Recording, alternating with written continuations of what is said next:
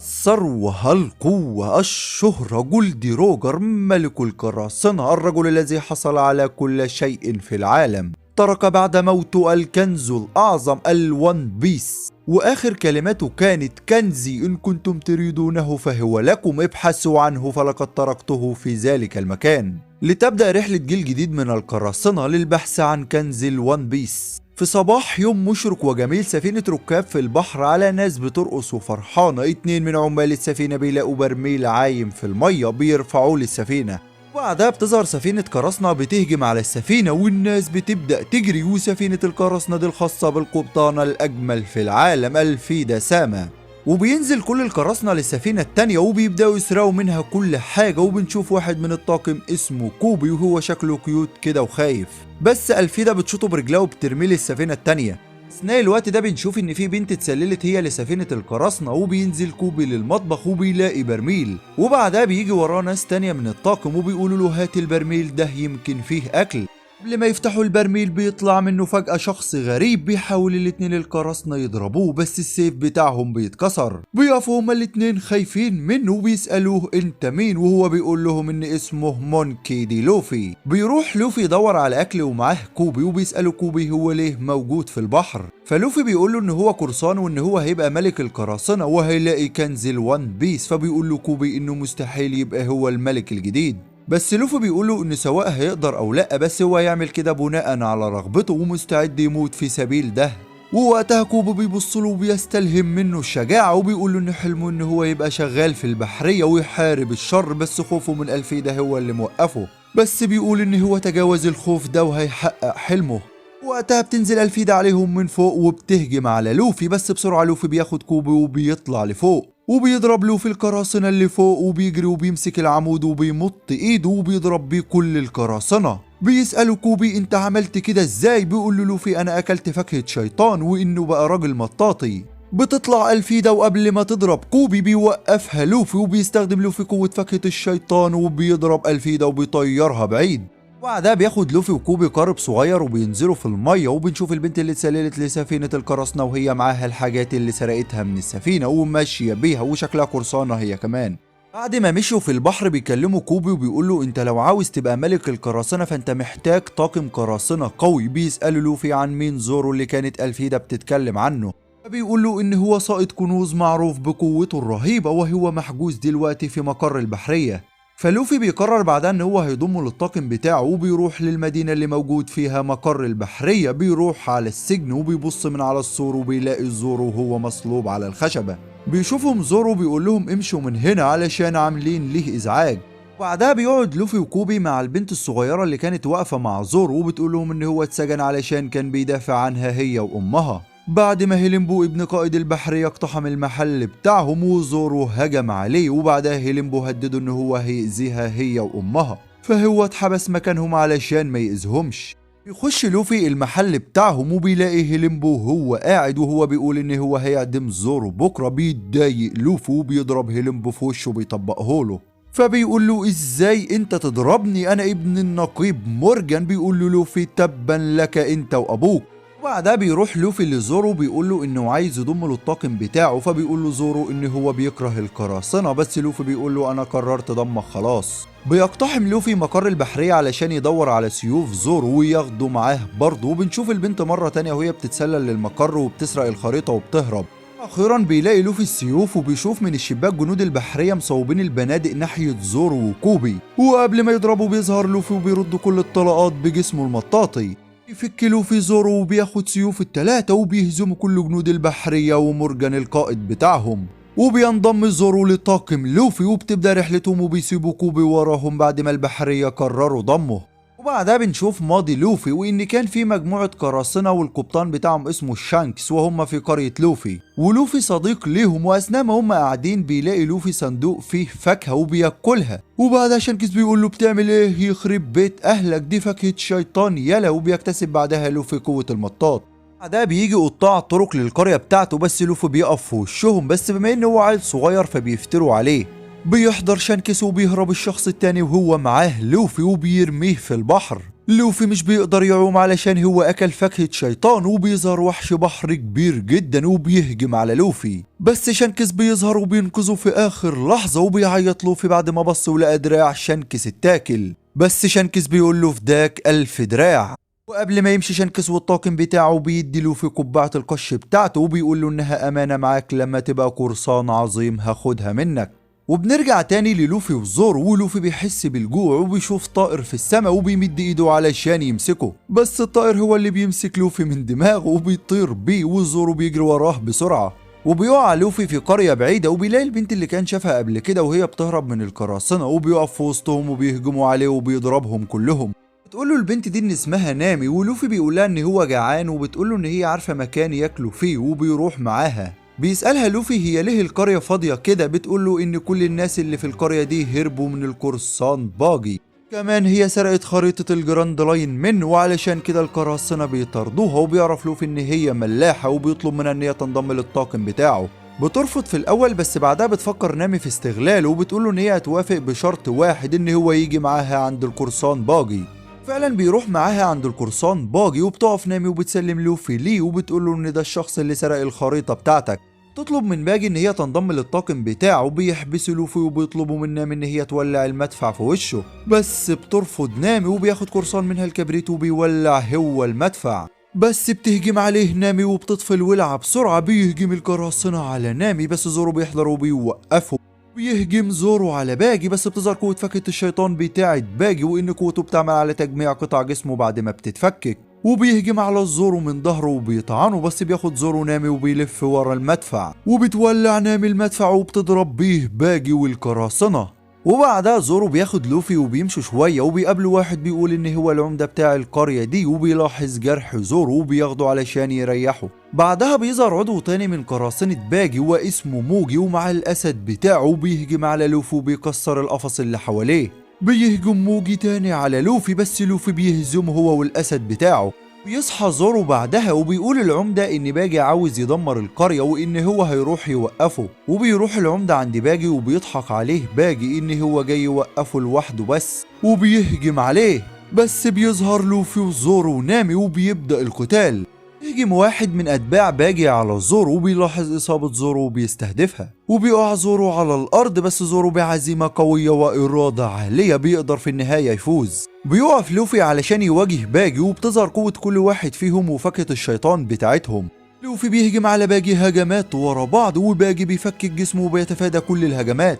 وبنشوف نامي بعد ما راحت خدت الفلوس من قراصنة باجي وخدت الخريطة، وبيشوفها باجي وبيهجم عليها، بس لوفي بيوقفه وبيحاول باجي يجمع جسمه تاني، بس نامي بتكون ربطت كل أجزائه وما بقاش عارف يحركهم. وبيضحك لوفي وبيضربه وبيطيره في السماء. وبعدها بياخدوا خريطة الجراند لاين وبيتوجهوا للبحر، وبيتكلموا بعدها ان هم محتاجين سفينة كبيرة علشان يبدأوا رحلتهم في الجراند لاين. تقول نامي ان في جزيرة قريبة ممكن يلاقوا فيها سفينة، وفعلا بيروحوا للجزيرة وبيقابلوا هناك يوسف، وبيعرفوا لوفي لان ابوه كان في طاقم قراصنة شانكس وحكاله عنه. وبيقعدوا بعدها مع بعض، وبيقولوا ليوسف ان هم محتاجين سفينة، بس بيقول لهم ان هو ما يعرفش يساعدهم في الموضوع ده. بس زورو بيقول ان هو شاف قصر على التل باين عليهم ان هم ناس اغنياء ممكن يطلبوا منهم الموضوع ده، بس يوسف بيقول له لا، ما ينفعش تطلب منهم حاجة. وبعدها بيقول ان هو ناسي حاجة وبيسيبهم ويمشي. بعدها بنعرف ان القصر ده موجود فيه بنت اسمها كايا، وكايا ابوها وامها متوفيين، والمساعد بتاع كلادور هو اللي بيخدمها. وكايا دايما بتستنى يوسف علشان بيجي يحكي لها حكايات وبتحب تسمعه. بيعرف لوفي وزورو القصة دي من اصدقاء يوسف، وبيروحوا القصر وبيخشوا جواه.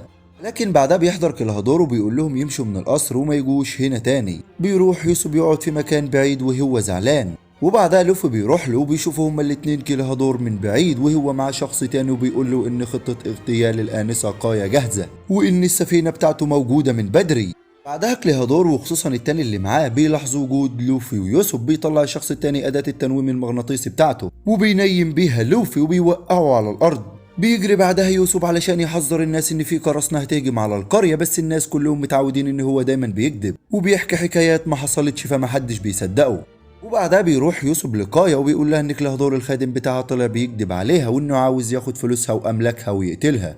بس كايا مش بتصدقه وبتزعل منه وبتقوله ان هي ما كانتش تتوقع ان انت عاوز تتهم كلهادور كده لدرجة ان هو يكذب ويتهمه الاتهام ده. بعدها بنشوف كليهادور هو والقراصنة بتاعته بيقول لهم يجهزوا علشان الهجوم على القرية بكرة. بيجي لوفي وزورو ونامي وبعد كلام كتير مع يوسف بيقولوا له ان هم هيساعدوه علشان يحمي القرية.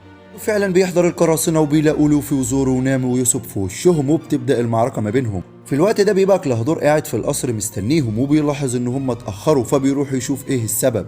بتصحى كايا وبتطلع وبتشوف الخادم بتاعها التاني وهو واقع على الارض ومتصاب بعد ما كليهادور هجم عليه، وبيحكي لها ان كليهادور شرير وبيقول لها ان هي تديله الفلوس اللي هو عاوزها علشان ما يأذيهاش ولا يأذي حد.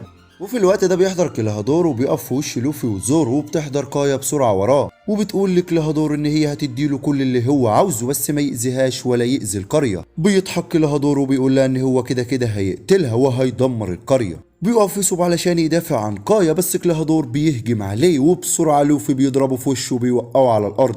بتهرب كايا ومعها أصدقاء يوسف التلاتة وبيروح وراها القرصان التاني اللي عنده تقنية التنويم المغناطيسي، بس زورو ويوسف بسرعة بيروحوا علشان يساعدوها، ولوفي بيمنع كليهادور من الهجوم عليهم.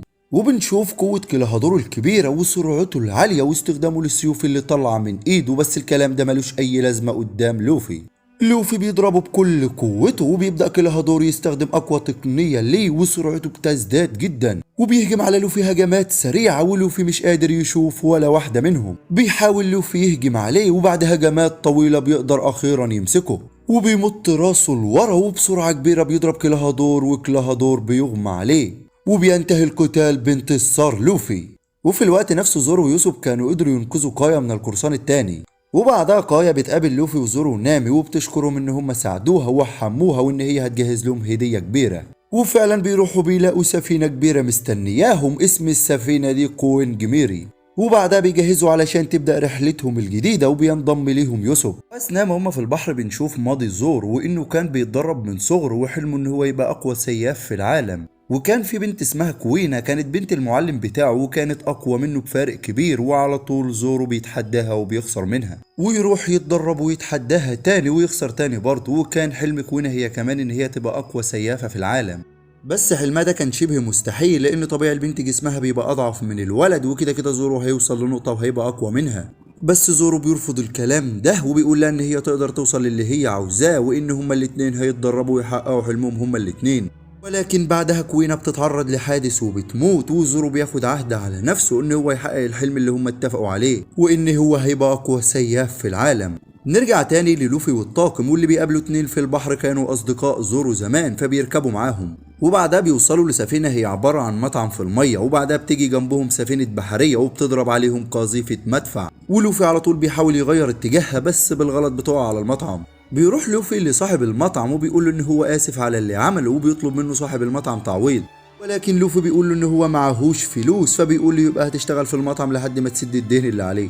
وفي الوقت نفسه بنشوف عامل شغال في المطعم باين عليه الشياكة والأناقة والجمدان وكل حاجة حلوة، وبنعرف بعدها ان الطباخ ده اسمه سانجي. بيخش واحد للمطعم وبيقول ان هو تبع قراصنة كريك وبيقول ان هو معهوش فلوس، فالطباخ بيمسكه يضربه وبيقول له طالما انت معكش فلوس جاي تاكل هنا ليه يا ابن وبنشوف سانجي هو بيحضر اكل وبيطلع بيه للراجل اللي هيموت من الجوع بره، وبيشوفه لوفي وبيقول له ان هو عاوز يضمه للطاقم بتاعه ويبقى الطباخ بتاع السفينة.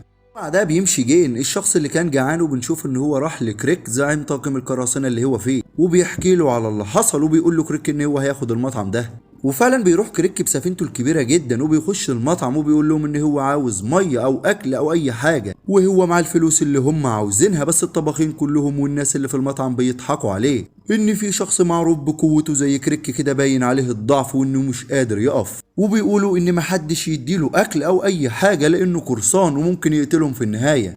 بس سانجي مرة تانية بيجيب أكل وبيديه لكريك بياكل كريك، وبعد ما بيخلص بيهجم على سانجي، وجين بيقول إن هو ما اتفقش معاها على كده وإن سانجي أنقذ حياتهم هما الاتنين، وبيظهر كريك قوته وجسمه اللي كله أسلحة ودرعه الفولاذي وبيقول إن هو ما عندهوش سفينة وهياخد السفينة اللي عليها المطعم دي. بنعرف بعدها من كلام جين إن كريك هو والطاقم بتاعه دخلوا للجراند لاين واليوم السابع ليهم هناك هجم عليهم شخص واحد بس ودمر كل السفن بتاعتهم، بيقول ان الشخص ده كان ليه عينين عاملين زي عيون الصقر. زورو بيتحمس لما بيعرف ان هو ده الشخص اللي بيدور عليه. الشخص ده هو اقوى مقاتل بالسيف في العالم عينه الصقر ميهوك، وبعدها بيروح كريك على السفينة بتاعته وبيبص بيلاقي عين الصقر ميهوك جاي لحد عنده، ويا إلهي بضربة واحدة من ميهوك بيقطع السفينة بتاعته نصين. بيخرج زورو ولوفي علشان يطمنوا على نامي والسفينة، وبيجي الاتنين اللي كانوا معاهم وبيقولوا لهم إن نامي خدت السفينة ومشيت.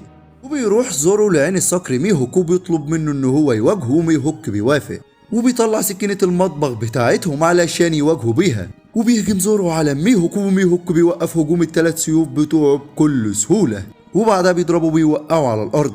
زورو مش مصدق إن ميهوك أقوى منه بالشكل ده، وبيكمل هجومه عليه، وميهوك بكل سهولة بيوقف كل هجماته. بيقف زورو وبيجري على ميهوك، وميهوك بيطعنه بالخنجر، وبيقول له ميهوك ان هو ما قابلش حد بالعزيمه دي من زمان، واحتراما ليه هيواجهه بالسيف الاقوى في العالم. وبيتهزم زورو على ايد عين الصقر ميهوك، وبعدها بيجري يوسف والاتنين التانيين وبيطلعوا زورو من الميه وبيلحقوه قبل ما يموت. بيمشي ميهوك بعد ما اعجب بزورو وبيقول ان هو مستنيه في الجراند لاين لما يبقى اقوى. وبنروح بعدها نشوف ماضي سانجي، وان من صغره حلمه ان هو يشوف اعظم بحر في العالم اللي بيتجمع فيه اسماك من كل البحار. واثناء ما هما متواجدين على السفينه بتهجم عليهم قراصنه الساق الحمراء زف، وسانجي بيقف في وشهم وبيقول ان هو مش هيموت قبل ما يلاقي البحر ده. وبعدها العاصفه بتبقى اقوى وبيقع سانجي في الميه، وبيتصاب زف وبتتقطع رجله في اثناء ما هو بينقذ سانجي. بيطلع زف وسانجي وبيقعدوا هما الاتنين على حجر في الميه، وبيقول زف ان الكيس الصغير ده هو الاكل بتاع سانجي والكيس الكبير ده هو الاكل بتاعه، ولحد ما يلاقوا اي سفينه هيحاولوا يعيشوا بالاكل ده. ولكن بعد ايام سانجي بيخلص الاكل بتاعه وبيبقى هيموت من الجوع خلاص، وبيبص عند زف بيلاقي الكيس بتاعه زي ما هو. بيروح سانجي يفتح الكيس وبيلاقي انه كله ذهب وكنز كبير. يا الهي، زف كان ايه الاكل بتاعه كله لسانجي، وطول الايام دي كلها ما اكلش حاجه. بيسألوا سانجي هو انت ليه عملت كده، ضحيت برجلك علشان تنقذني وقاعد الايام دي كلها من غير اكل وتقريبا هتموت من الجوع. بيقول له زف علشان انت عندك الحلم بتاعي. وبعدها بيلاقوا سفينة وبتنقذهم، وبنعرف ان ده السبب اللي بيخلي سانجي بيدي اكل لاي حد جعان مهما كان هو ايه، لان هو جرب احساس يموت من الجوع. نرجع تاني للقتالات، وان سانجي بيكون بيواجه جين، وبيظهر ان جين قوي جدا، وبيتصاب سانجي من ضرباته، وبيقع سانجي وبيمسكه جين، ولكن بيعيط جين وبيقول لكريج ان هو مش قادر يقتله. وبيغضب كريج وبيطلع سلاح قنبلة الغاز المسموم وبيضربها عليهم، وبسرعة بيلبس لوفي القناع، وجين بيدي القناع بتاعه لسانجي وبيتصاب بقوة من الغاز. وبيجري لوفي على كريج وبيضربه في وشه وبيوقعه على الأرض. بيطلع كريج رمح كبير وبيهجم بيه على لوفي، وكل ضربة من الرمح ده بتعمل انفجار قوي. وبيحاول لوفي يتفادى هجمات الرمح بس بيتصاب منه وبيقع على الأرض، بس بيقوم تاني وبيهجم على كريج بلكمات سريعة ورا بعض وبيضربه في بطنه، بس كل ده ما بيأثرش على الدرع بتاعه. ولكن بيطير لوفي في السماء وبيهجم تاني على الدرع بتاعه، واخيرا بيقدر يدمر الدرع اللي حواليه. وبيقع كريج على الارض وبيقع لوفي في البحر، وبسرعه بينزل سانجي وراه علشان ينقذه. وبعدها بنروح نشوف نامي وهي واخده السفينه وعماله تعيط وزعلانه ان هي سابت لوفي والطاقم. وبعد ما لوفي هزم كريج بيطلب من سانجي ان هو ينضم للطاقم بتاعه، بس سانجي بيرفض في الاول، بس في النهايه بيروح مع لوفي علشان يحقق حلمه ويشوف اعظم بحر في العالم. في الوقت ده بتوصل نامي للقرية بتاعتها، وبنعرف بعدها ان هي شغالة مع ارلون، وده كائن برمائي جاي من الجراند لاين. وبيوصل زورو ويوسف اخيرا للجزيرة اللي موجود عليها قرية نامي، وزورو بيستعد علشان يهجم عليهم، بس يوسف بيربطه بيقول له انت لسه جراحك ما اتشافتش. وهما بيتكلموا بيشوفهم برمائيين بيبقوا واقفين على الجزيرة وبيروحوا على القارب بتاعهم، بس يوسف بيهرب بسرعة وبيسيب زورو لوحده. وبيطلع يوسف على الجزيرة، وهناك بيقابل بنت ودي بتكون أخت نامي، والبرمائيين بياخدوا زورو، وهناك بيشوف نامي وبتقوله إن هي تبع قراصنة أرلون. نرجع تاني ليوسف واخت نامي، واللي بتقوله ان ارلونج والبرمائيين سيطروا على قريتهم وبياخدوا منهم فلوس كل شهر مقابل حياتهم، وان لو شخص واحد بس ما دفعش الفلوس للبرمائيين هيدمروا القريه ويقتلوا كل اللي فيها. وبنروح عند زورو اللي اتحبس، وبعدها نامي بتروح تحرره وبتطلب منه ان هو يمشي ويسيبها. في الوقت ده بيوصل اخيرا لوفي وسانجي للجزيره وبيقابلوا هناك زورو، وبتشوفهم نامي وبتطلب منهم ان هم يمشوا من الجزيره ويسيبوها علشان ارلونج ما يقتلهمش كلهم، بس لوفي بيرفض وبيقول ان هو مش هيسيب الجزيره. بتغضب نامي وبتقول لهم براحتكم، ارلونج في النهايه هيقتلكم. وبعدها بيوصل يوسف واخت نامي، واخت نامي بتقف وبتحكي لهم عن ليه نامي انضمت لارلون، وبتقول ان هي ونامي كانوا ايتام وهم صغيرين، وكانت بتربيهم ست اسمها بوليمر. وبنشوف ان نامي من صغرها بتحب كتب الطقس والملاحه، وعلى طول دايما بتقعد ترسم في خرايط، وحلمها ان هي تسافر لكل العالم وترسم خرايط لكل الجزر الموجوده فيه. في نفس الوقت بوليمر اللي هي بتربيهم بتكون شبه فقيره، معهاش فلوس كتير، وتقريبا ما بتاكلش علشان توفر لنامي واختها الاكل. وبنشوف ان بوليمر كانت زمان شغالة في البحرية وان هي كانت في معركة كبيرة مع البحرية، وبعد ما خلصت المعركة قابلت نامي واختها وخدتهم علشان تربيهم. وفي يوم ظهر قراصنة أرلونج وهجموا على قريتهم وسيطروا عليها، وبيضطروهم ان كل واحد يدفع 100,000 بيري لكل شخص بالغ و50,000 بيري لكل طفل. بس زي ما احنا عارفين ان بوليمر معهاش فلوس، وبيروح أرلونج عندها وما بتدفعش بوليمر الفلوس، وأرلونج بيضربها وبيكسر دراعها، وبتقول بوليمر ان هي معاها 100,000 بس هتدفعهم علشان نامي واختها يعيشوا، وبعدها بيقتلها أرلونج. بيشوف أرلونج رسومات نامي للخرائط وبياخدها عنده، وبيقول لها ان هي من النهارده هتشتغل عنده بس، وهترسم له كل الخرائط اللي هو عاوزها. وبعدها نامي بتعمل معاه اتفاقيه وبتقول له ان هي هتشتغل معاه بس بشرط ان هي لما تجمع 100 مليون بيري هتشتري منه القريه بتاعتها وتحررها. علشان كده بتطلب منهم اخت نامي ان هما ما يتدخلوش، علشان نامي بقالها 10 سنين تعبانه في جمع الفلوس وخلاص هتحرر قريتها. بس أرلونج بيخونها وبيبلغ عنها البحرية، وفعلا بيجوا البحرية عندها وبيطلبوا منها تسلم كل الفلوس اللي سرقتها، وفعلا بيلاقوا البحرية الفلوس وبياخدوها منها، وبيتدمر حلم نامي اللي عاشت سنين تخاطر بحياتها علشانه. وبتروح نامي لأرلونج وهي بتعيط وبتقول ان هو اللي خانها، وأرلونج بيقول لها ان هي هتشتغل غصب عنها ولو هربت هيقتل كل سكان قريتها. بترجع نامي للقرية بتاعتها وهي بتعيط وبتقعد تجرح نفسها لحد ما لوفي بيوقفها، بيخلع لوفي القبعة بتاعته وبيديها لها وبيقول لها ان هو هينتقم ليها. وبعدها بيروح لوفي وزورو ويوسف وسانجي لأرلونج. بعد ما بيروح على طول عند أرلونج بتبدأ المعركة بسرعة. بيهجم يوسف على واحد من البرمائيين وبيجري منه، والتاني بيجري وراه وبيقول يوسف ان هو هيلهيه عن المعركة. بيقف زورو وسانجي في وش 2 من البرمائيين. بيتعب زورو من القتال بسرعة بسبب جرحه اللي لسه ما اتشافاش، وسانجي الخصم بتاعه صعب يضربه بيوقعه على الأرض، ويوسف بيهرب عادي. ولكن بيقف زورو وبيقول ان هو لحد ما يقابل عين الصقر ميهوك مش هيتهزم من اي حد. وبيقف خصم زورو وبيهجم عليه، وبيستخدم زورو اقوى تقنية ليه، تقنية ال3 سيوف، وبيهزمه. وبنرجع لسانجي اللي بيبان عليه الغضب وبيبدأ يضرب خصمه بكل قوته وبيهزمه في النهاية. وبنشوف يوسف وهو بيواجه البرمائي التاني وبيحاول يوسف يهجم عليه، بس خصمه قوي ومش قادر يعمل له حاجة، بس في الاخر بيقدر يضربه بالنبلة بتاعته وبيقعد يضرب فيه بالمطرقة لحد ما بيغمى عليه.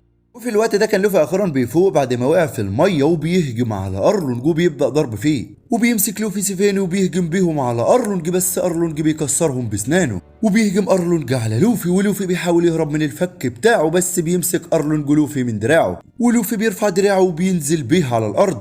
بينزل أرلونج في الميه وبيهجم بسرعه على لوفي. أرلونج وجوده في الميه بتديله سرعه اكبر في الهجوم، ولوفي ما بقاش قادر يتفادى هجماته وبيهجم أرلونج على لوفي. لكن لوفي بيرفع رجله في السماء وبينزل بيها على أرلونج وبيضربه في الأرض.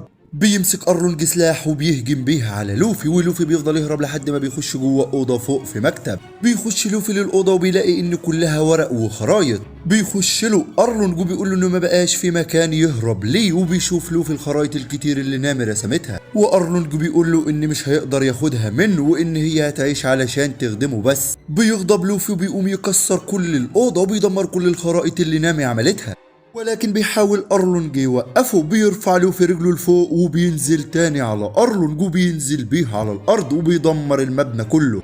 وبيقف لوفي بعد ما هزم أرلونج وبتعيط نامي من الفرحة، وبيقف الطاقم كله هم فرحانين بانتصار القائد. وبيبدأ الطاقم رحلته الجديدة بعد ما نامي رجعت. وبعدها بتعرف البحرية ان في قرصان جديد اسمه لوفي قدر يهزم القرصان باجي والقرصان كريج والبرمائي أرلونج لوحده. وبتتحط مكافأة على راس لوفي وهي 30 مليون بيري، ولوفي بقى مطلوب عالميا من طرف الحكومة. وبنشوف عين الصقر ميهوك وهو قاعد مع شانكس، وشانكس فرحان ان اخيرا لوفي بدأ رحلته في البحر وبقى معروف عند الحكومة وفي كل العالم. اثناء الطاقم في السفينة بيقولوا ان في مدينة واحدة بس هيعدوا عليها قبل دخولهم للجراند لاين. المدينة دي اسمها هالوك تاون. نعرف ان المدينة دي اللي اتولد فيها ملك القراصنة جولدي روجر، وبرضه المدينة دي اللي اتعدم فيها. وبيوصل الطاقم للمدينة وكل واحد فيهم بيروح لحتة علشان يتفرج ويشتري اللي هو محتاجه. وبنشوف في مقر البحرية ان النقيب سموكر جاله خبر ان لوفي والطاقم بتاعه وصلوا للمدينة، وبيروح علشان يقبض عليهم. وبيروح لوفي علشان يشوف منصة الاعدام اللي اتعدم عليها ملك القراصنة، واخيرا بيشوفها. وبكده يا اصدقائي نكون انتهينا من الارك الاول، ارك الازرق الشرقي. ولو انت وصلت لحد هنا فانا احب اشكرك من كل قلبي. اتمنى الفيديو يكون عجبكم، واشوفكم ان شاء الله في الحلقة القادمة، وسلام.